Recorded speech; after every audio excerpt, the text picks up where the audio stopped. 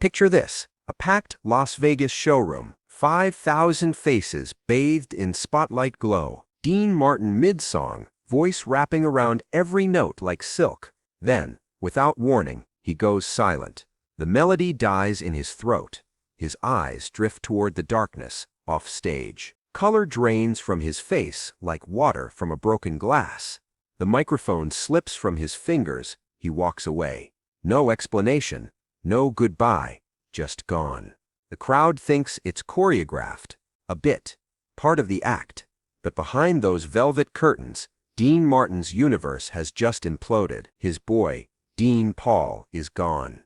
And what unfolds over the next 2 days will expose a dimension of Dean Martin the public never witnessed. A father so completely shattered that he'll spend the rest of his life as a walking wound that never heals. To grasp the magnitude of what happened that night, you need to understand who Dean Paul Martin actually was. This wasn't just some celebrity offspring riding his father's coattails. Dean Paul, nicknamed Dino by his father, and everyone who mattered, represented everything Dean Martin hoped to leave behind in this world. Born November 17, 1951, Dino grew up surrounded by Hollywood royalty. Most kids in that position buckle under the pressure. They become cautionary tales. But not Dino. He dominated. Tennis became his first love, and he excelled at championship levels. Music called to him too, so he formed Dino, Desi and Billy with Desi Arnaz Jr. and Billy Hinchy, creating pop-rock hits that stood on their own merit. Hollywood came knocking with film and television opportunities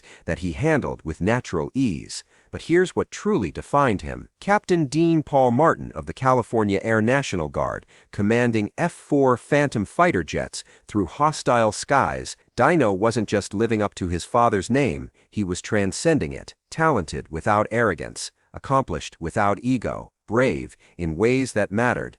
Everyone who crossed his path left thinking the same thing: that kid's special. Dean Martin built an empire on never cracking, the unshakable cool. The guy who let everything roll off his back like water off wax. But mention his son, and that fortress crumbled. People close to the family knew the truth that couldn't be hidden. Dino wasn't just Dean's favorite child. That description feels too simple. They existed as best friends who happened to share blood. Their connection operated on a frequency nobody else could access. Early 1987 found Dean Martin at 69 years old. His performing schedule had slowed to occasional appearances, mostly Vegas and Atlantic City engagements, where the money remained good and the audiences still remembered when he ruled the world. The performances carried a different weight now. Dean's body was betraying him. Decades of cigarettes had transformed his lungs into damaged machinery struggling for each breath. That voice, once liquid gold, now carried gravel and rasp. But the charm persisted. That indefinable presence that made strangers fall helplessly in love remained intact. Saturday, March 21, 1987. Dean was booked at Bally's Casino in Las Vegas. The showroom was sold out. 5,000 people eager to witness the king of cool work his magic. Dean arrived around 7 that evening. Earlier than his usual routine, his road manager, Eddie Marsh, noticed something unusual immediately. Dean seemed different, lighter somehow. Eddie would spend years remembering that night, replaying every detail. Normally, before showtime, Dean was withdrawn, going through pre-show motions mechanically. Eddie recalled, but that night felt different. He cracked jokes with the stagehands. He asked about their kids, their lives. It was like someone had turned back the clock to the old Dean, the one from before the weight of the world settled on his shoulders. Eddie didn't know about the phone call that morning. Dino had reached out from March Air Force Base, where he was stationed. Nothing profound, just ordinary conversation between father and son. Love expressed casually because they had unlimited tomorrows. Pride exchanged because it was always there between them. Neither man sensed anything final about those words. Neither suspected those would be the last words they'd ever share. 9 o'clock arrived. Dean Martin stepped into the spotlight to a standing ovation. The tuxedo fit perfectly. Every inch the legend. The band launched into the opening number, and Dean slipped into that effortless performance mode he'd perfected over 40 years. The audience was electric. That's a more. Brought them to their feet. Ain't That a Kick in the Head had them singing along. Memories Are Made of This turned the showroom into a time machine back to Vegas's golden era. For 90 glorious minutes, it felt like nothing had changed. Around 9:35, Dean began Everybody Loves Somebody, his signature, the song that knocked the Beatles from #1 back in 1964. The audience swayed, couples held each other close. Dean's voice, rough but powerful, filled every corner of that massive room. Then something shifted. Eddie Marsh materialized in the stage left wings, phone clutched in his white-knuckled hand. His face looked like he'd seen death itself. He was attempting to signal Dean without causing a scene. A subtle wave, then more urgent, more desperate. Dean caught it mid-verse. The singing stopped. The band, confused, continued for several bars before the music died in awkward fragments. The audience, assuming this was planned, waited with anticipation. Dean locked eyes with Eddie. Everyone who witnessed that moment would later describe the same thing. Watching something fundamental change in Dean's face. "Something's wrong," Dean said into the microphone. His voice carried no panic, just emptiness. "Excuse me, folks." He placed the microphone on the piano with careful precision and walked off stage. The audience applauded politely, assuming an intermission. The band filled the silence with instrumental music, but behind those curtains, hell had arrived. Eddie Marsh stood frozen in the wings, tears carving paths down his face. When Dean reached him, Eddie's voice had abandoned him completely. He simply handed over the phone. On the other end, a colonel from the California Air National Guard. "Mr. Martin, I'm calling about your son, Captain Dean Paul Martin." Dean's hands began trembling uncontrollably. "What happened?" The colonel's voice was steady, professional, trained for delivering nightmares. "Sir, I regret to inform you that your son's aircraft crashed during a training exercise this afternoon at approximately 1600 hours. The plane went down in the San Bernardino Mountains. There were no survivors." The phone hit the floor. Dean Martin didn't scream, didn't collapse, didn't rage. He simply stood there, transformed into a statue, staring at nothing and everything simultaneously. Eddie reached out to steady him. Dean shoved the hand away roughly. He walked toward his dressing room, each step mechanical, robotic, like someone had programmed basic movement into a mannequin. The stage manager came sprinting. "Dean, what's going on? Do we cancel?" Dean turned slowly, looked at the man with dead eyes.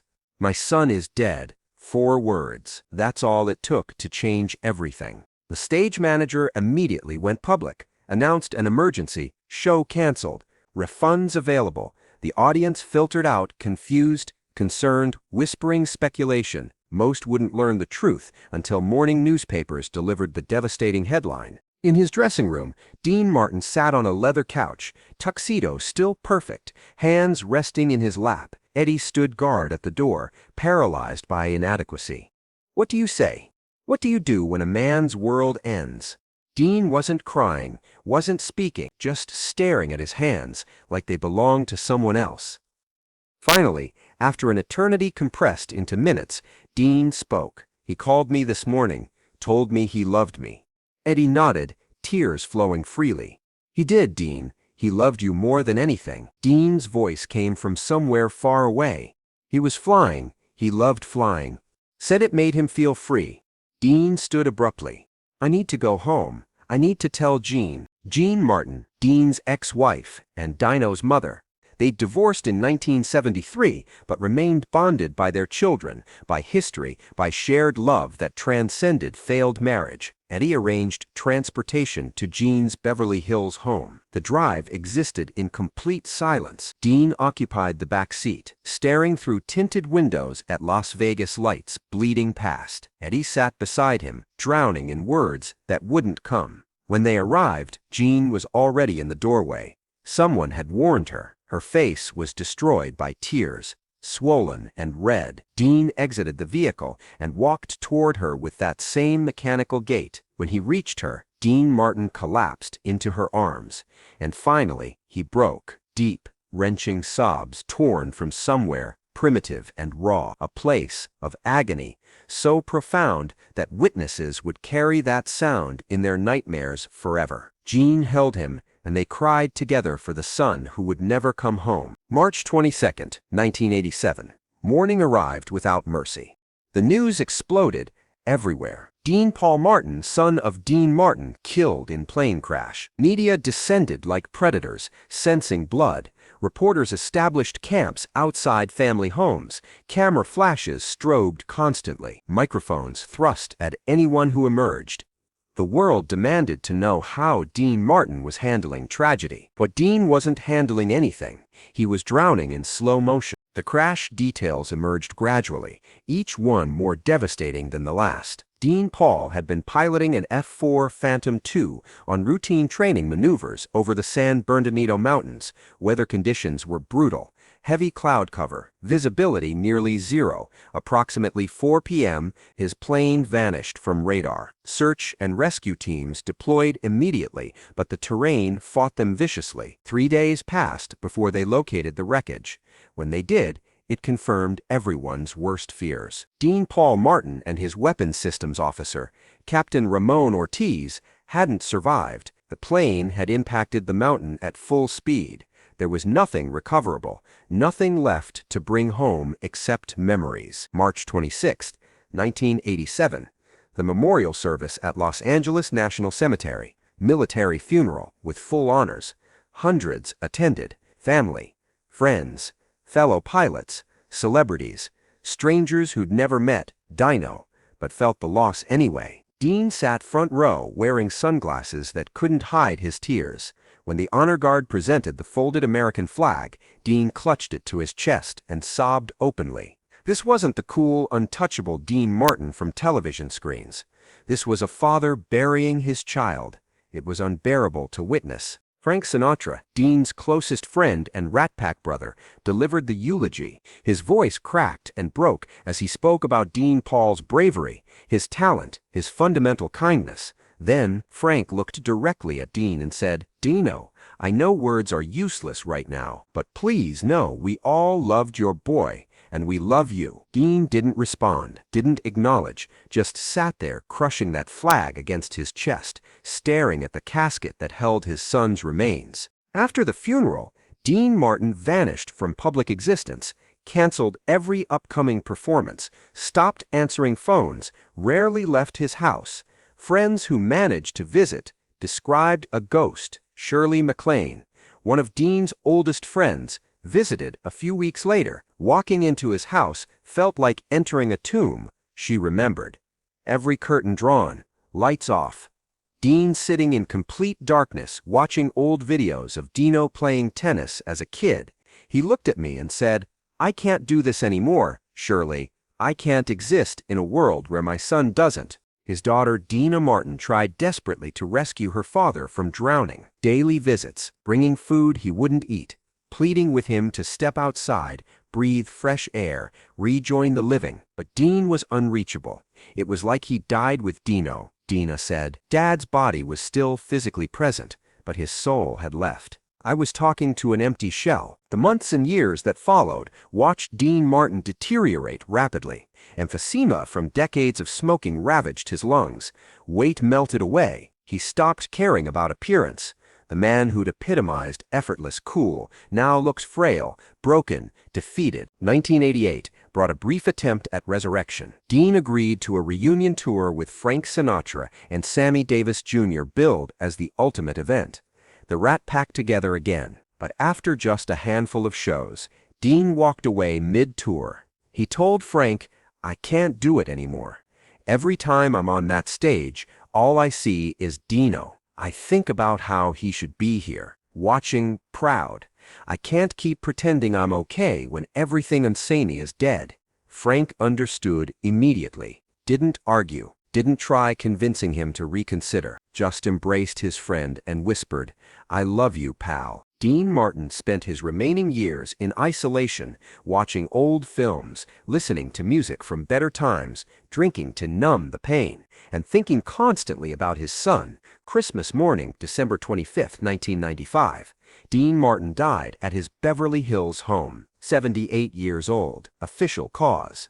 Acute respiratory failure, but everyone who truly knew him understood the real truth.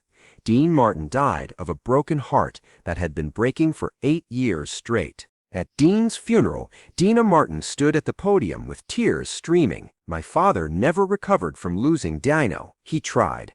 God knows he tried. But the pain was insurmountable. For 8 years, he carried that grief like a mountain on his shoulders, every single day, and now, finally, he's with his son again. I believe with everything I am that they're together now, and Dad is finally at peace. The story of Dean Martin and Dean Paul transcends celebrity tragedy. It reminds us that grief recognizes no boundaries, doesn't care about fame or fortune or legendary status. When you lose a child, the pain is universal, absolute, inescapable. Dean Martin spent 40 years crafting an image of effortless cool, making everything look easy, singing, acting, performing, life itself. But beneath that carefully constructed facade lived a man who loved with terrifying intensity, and when he lost his son, the world witnessed the real Dean Martin, not the performer, not the legend, just a father destroyed by losing his child. There's a recording from that night, March 21st, 1987, not widely circulated, but it exists. You can hear Dean singing "Everybody Loves Somebody," voice smooth and confident. Then you hear him stop, the band trailing off in confusion. The audience is puzzled, murmuring, and if you listen carefully enough, you can hear the exact moment Dean Martin's life changed forever. That recording haunts not because of what it contains, but because of what it represents. The sound of a father's world ending in real time. The sound of a man realizing that nothing protects you from the worst pain imaginable. Not fame, not fortune, not talent, not love itself. Dean Martin once said, "I give up everything I have to get my son back, all of it. The money, the fame, the career, every record, every film. I'd trade it all for one more day with Dino, just one more day." But he never got that day. None of us do when we lose someone, and that's the cruelest truth of all.